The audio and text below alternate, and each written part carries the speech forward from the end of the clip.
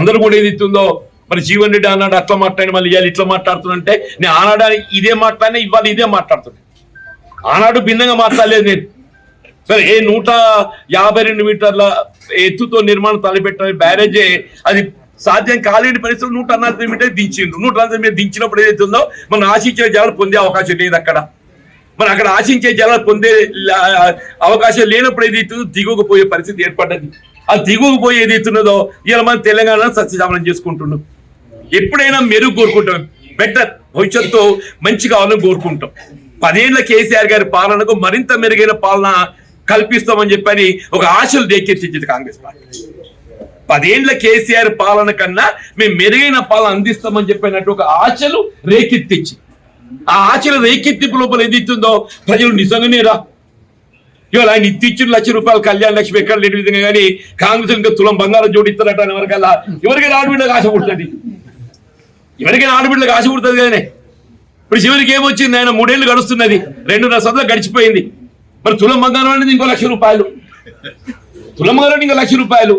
కేసీఆర్ గారు ఆరంభంలో 50,000 మొదలుపెట్టిండే, 50,000 మొదలుపెట్టింది.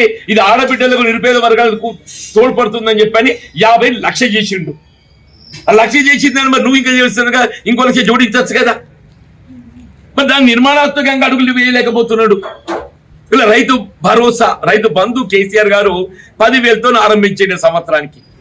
కాంగ్రెస్ లో ఏమన్నా 15,000 అన్న. ఈ ఉడికని అనేది ఆశ పుడుతుంది కదా. కేసీఆర్ 10,000 ఇచ్చిండు, పంటకు 5,000 ఇచ్చిండు. కాంగ్రెస్ వాళ్ళు ఇంకా పెంచుతున్నట్టు 75,000 ఇస్తారంటే ఓయి అమ్మ ఇదినే మంచుకునేది అనుకున్నారు. ఇప్పుడు 75,000 కదా, అసలుగే మోసం వచ్చింది, అసలే మోసం వచ్చింది. 2 పంటలు కొట్టుకోపీకి. ఇప్పుడు రబీ అమలవుతుంటా ఇంతవరకు ఎప్పుడైనా పెట్టుబడి అనేది ఏదిస్తుందో పంట ఆరంభంలో మనం చేకూర్చాలి. పంట ఆరంభంలో చేకూర్చాల్సినటువంటి ఒక రైతు బంధు భరోసా ఏదిస్తుందో ఇప్పుడు పంట కోతకు వచ్చింది. ఇంతవరకు అమలు కాలేదని చెప్పండి, ఇంతవరకు అమలు కాలేదని చెప్పంటుండే నేను ఇవాళ రేవంత్ రెడ్డి పోవాలి, కేసీఆర్ గారు రావాలని చెప్పారంటే ఇదేదో కేసీఆర్ గారు ముఖ్యమంత్రి కావాలనేది తెలంగాణ సంక్షేమం కొరకు కోరుతున్నామని చెప్పంటారు. ఇది ప్రజల్లో వచ్చిన ఆలోచన అని చెప్పంటున్నా. ఇది ప్రజల్లో వచ్చిన ఆలోచన. ఇలా కాంగ్రెస్ పోవాలి, బీఆర్ఎస్ రావాలి అని చెప్పారంటే ఇది ప్రజల్లో వచ్చిన ఆలోచన. మనం ఆశించిన ఫలాలు పొందలేకపోతున్నాము. ఇవాళ ఏదైతుందో నేను ఈయనగడ్డ పెద్ద మనిషి మంచిగా ఉండే అని చెప్పినా చెప్పకుండా ఏదైతుందో ప్రజాహితం కొరకు కార్యక్రమాలు అమలు చేసిండు. మళ్ళీ ఆయన వస్తేనే తెలంగాణ బాగుపడుతుంది, ఈ తెలంగాణ పునర్నిర్మాణం కావాలంటే అది కేసీఆర్ గారితో సాధ్యమవుతుంది ఒక భావన ఇలా ప్రజలు వచ్చిందని చెప్పి అంటున్నాను. కొన్ని